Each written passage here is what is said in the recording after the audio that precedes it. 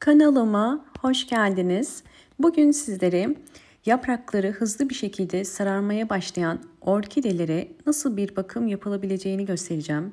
Eğer orkidenizin yaprakları hızlı bir şekilde sararıyor, çiçek dalları sararıyor ve dökülmeye başlıyorsa bu orkidenizin mantar olduğu anlamına gelir. Yaprakları hızlı bir şekilde sararan ve dökülmeye başlayan orkideler genelde gövde mantarı olur. Bu tarz orkidelerde gövde mantarını durdurmak zordur ve bütün yapraklara yayılır. Mantar olan orkideye ilk yapmanız gereken suyu kesmek, yani 10 gün ya da 2 hafta su vermemek. İkinci işlem mutlaka toz tarçın gövde kısmına dökmek ve mantarın kurumasını beklemek gerekiyor. Elimde mantar olmuş ve bütün yapraklarını kaybeden bir orkide var. Bu tarz orkideleri genelde biz çöpe atıyoruz. Fakat bu tarz orkideleri yeniden canlandırabiliriz. Şu anda sadece 2 tane ilk çıkan yaprakları var.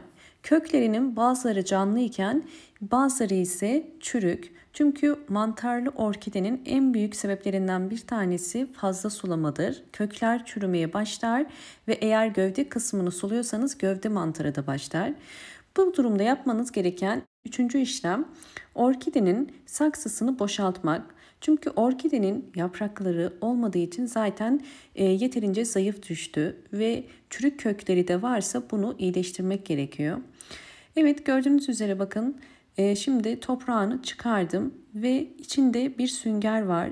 Bu tarz süngerler eğer fazla sulama yaparsanız orkidenin köklerinin çürümesine sebep olur. Fakat sulamayı eğer çok fazla değil köklere bakarak beyaz oldukça yaparsanız ve azar azar verirseniz bu sünger orkideye zarar vermez. Fakat burada da görüldüğü gibi sünger fazla sulama sonucu orkidenin çürümesine sebep olmuş.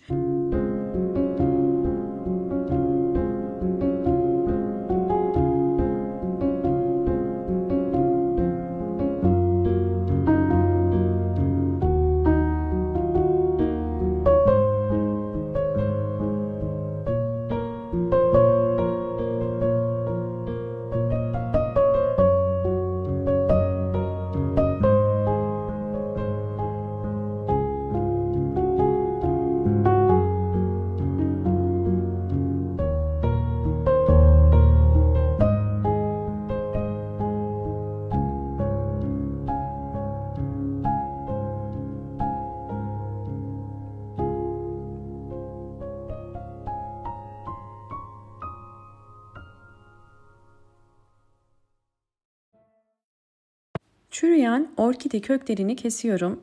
Çürüyen orkide kökleri tel şeklinde kalıyor. Bu yüzden bunları kesebilirsiniz. Sararan orkide köklerini kesinlikle kesmeyin. Sadece içi boşalan ve sünger gibi olan kökleri kesiyoruz.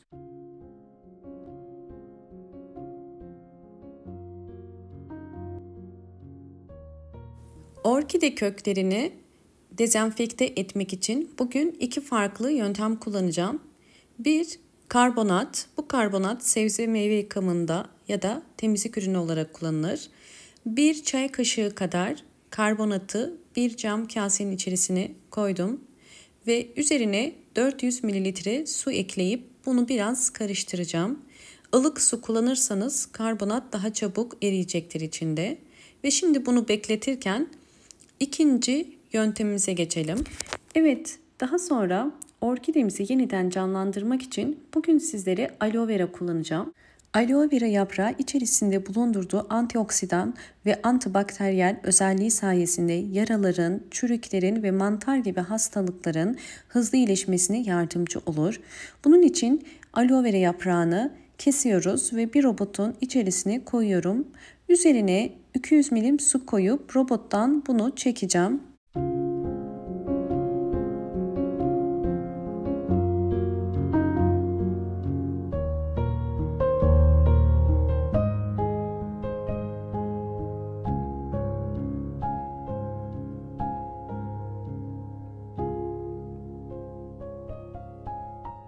Aloe verayı robottan çektim ve şimdi posasından ayırmak için süzüyorum. Bu kadar bir aloe vera suyu çıktı. 200 milim. Aloe vera suyunun içerisine daha önceden beklettiğim karbonatlı suyumu dökeceğim. Karbonatlı su bu şekilde dinlendi ve karbonat eridi.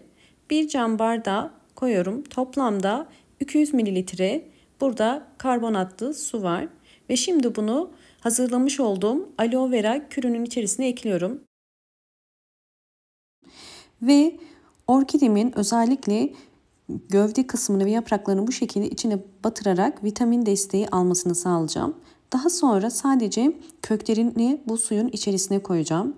Ve bu suyun içerisinde orkidemi 12 saat yani sabaha kadar bekleteceğim. Ve böylelikle orkidemiz hem antibakteriyel ve antioksidan özelliği sayesinde yeniden dezenfekte olup canlanacak. Orkidem bu suyun içine beklerken sizlere orkidelerde yaprak temizliği yapmanın püf noktalarını göstereceğim.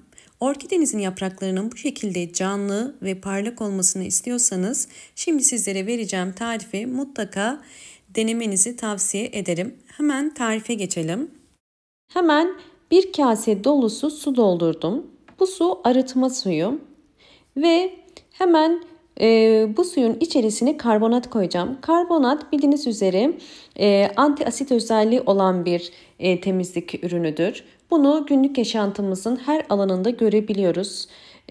Bunun için kullanacağım yaprak temizliğinde sadece 1 çay kaşığı kadar dolduruyorum bakın. 1 çay kaşığı dolusu karbonatı bir kase suyun içerisine yani 200 milim su olarak düşünebilirsiniz. İçerisine koydum ve karbonat içerisinde eriyinceye kadar karıştırıyoruz. Karbonatı orkide yapraklarımıza özellikle kullanmamızın nedenlerinden bir tanesi de böcekleri uzak tutmak ve mantar gibi bir takım hastalıkları da uzaklaştırmak.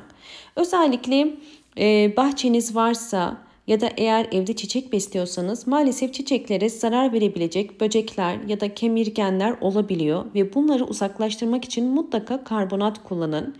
Üzerine de nem yağı kullanacağım. Daha önceki videolarımda size nem yağından bahsetmiştim. Nem yağı biliyorsunuz ki tespih ağacından üretilen tamamıyla doğal bir yağdır.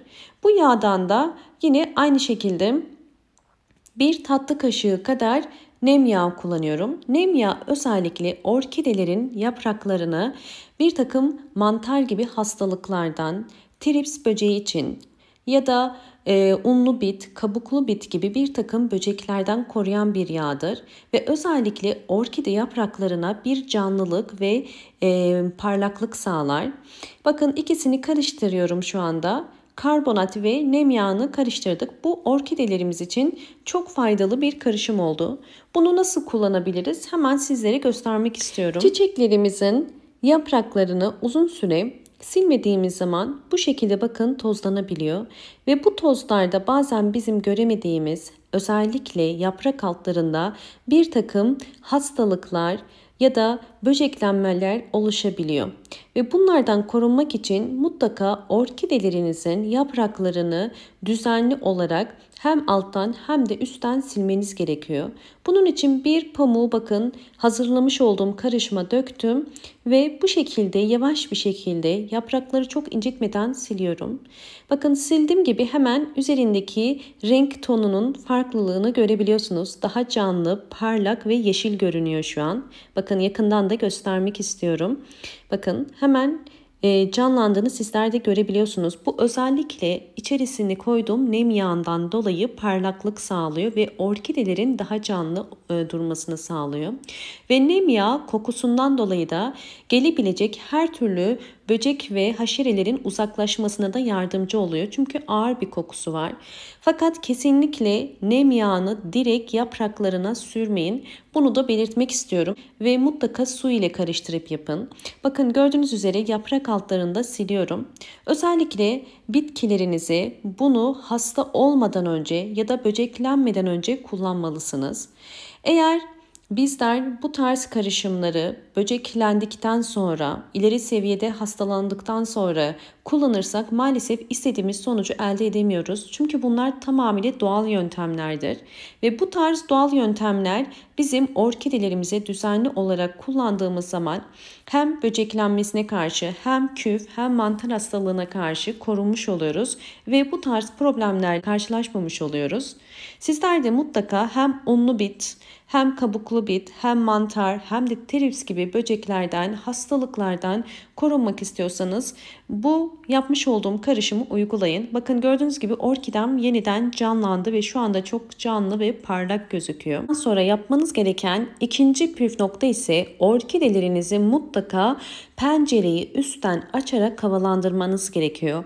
Her yaprak temizliği ya da sulama sonrasında orkidelerde önemli olan püf nokta orkidelerin havalandırılması. Kesinlikle direkt rüzgarlı bir yere koymayın. Eğer orkideleriniz çiçekli ise sizler rüzgarlı iki pencereyi açıp rüzgarda bırakırsanız çiçeklerinde solma olur. Sadece bir pencereyi yukarıdan açıp belirli saatlerde havalandırmanız orkidelerinizin gelişimi için çok katkı sağlayacaktır.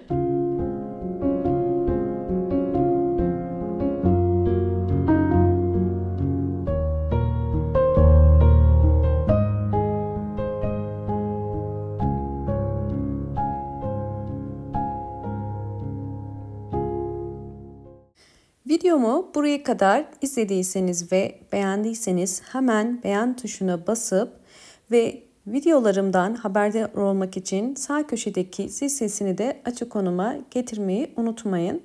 Gördüğünüz üzere şu anda orkidelerimin yaprakları çok daha canlı ve parlak.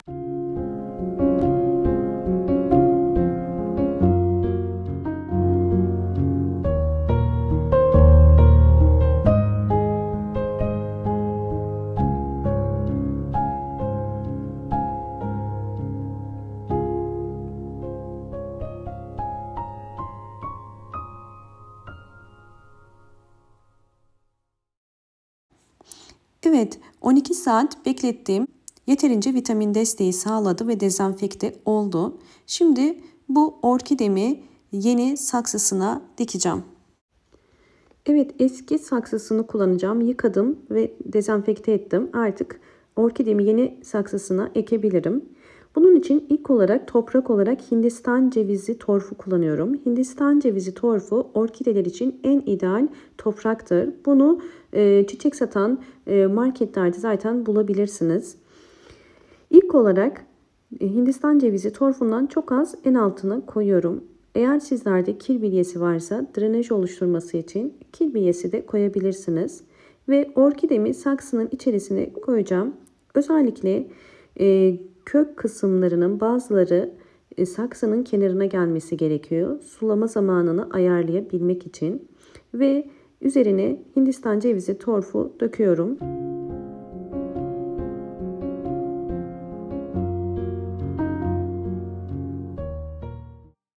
Ve yosun kullanıyorum. Yosun orkidenin köklenmesine yardımcı olacak. Her zaman yosunu ilk olarak en orta kısmına koyuyorum ki kök çıkarmasını hızlandırması için. Ve daha sonra tekrar toprak, Hindistan cevizi toprağı koyacağım.